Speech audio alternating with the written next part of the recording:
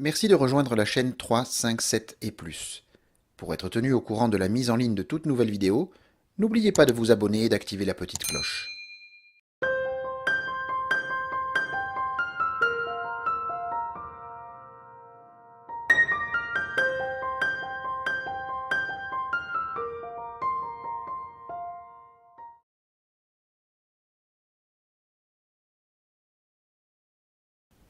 De Saint-Jean de Garguier le 21 octobre.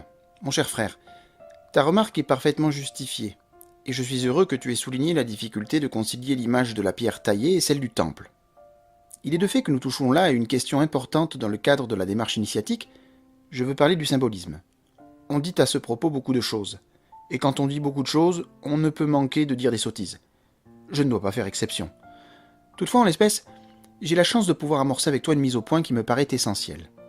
La figuration symbolique ou emblématique, pour parler comme nos anciens, est une sorte de code, mais ce n'est pas une correspondance rigoureuse et arrêtée. Tu trouveras des gens qui te diront « Derrière un symbole, nous sommes libres de mettre ce que nous voulons ».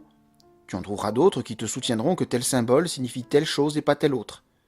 Ce qu'il en est, il suffit de réfléchir pour le pressentir.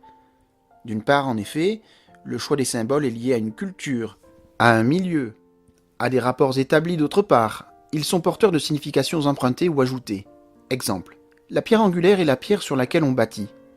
Est-ce une pierre d'angle ou la clé de voûte? Autre exemple, la pierre brute. Certaines civilisations affirment que le temple doit être bâti de pierre brute.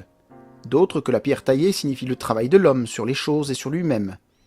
En fait, si tu passes en revue toutes les interprétations du symbolisme des pierres, depuis les pierres célestes, les pierres de foudre, les menhirs, les pierres dressées, les pierres qui bougent ou qui chantent, les pierres précieuses, les pierres tombales, les pierres d'autel, etc., tu as une immense partition à interpréter, et ton esprit n'aura pas de toute ton existence pour comprendre chaque signification. Roger Caillois s'est fait une merveilleuse, féconde et scientifique pratique de l'analyse des pierres.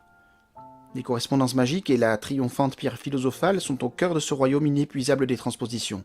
Tu pourras, si tu veux, t'en instruire, mais est-ce bien là le rôle de l'initiation maçonnique? Je me le suis longtemps demandé, je sais maintenant qu'il n'en est rien. Amicus.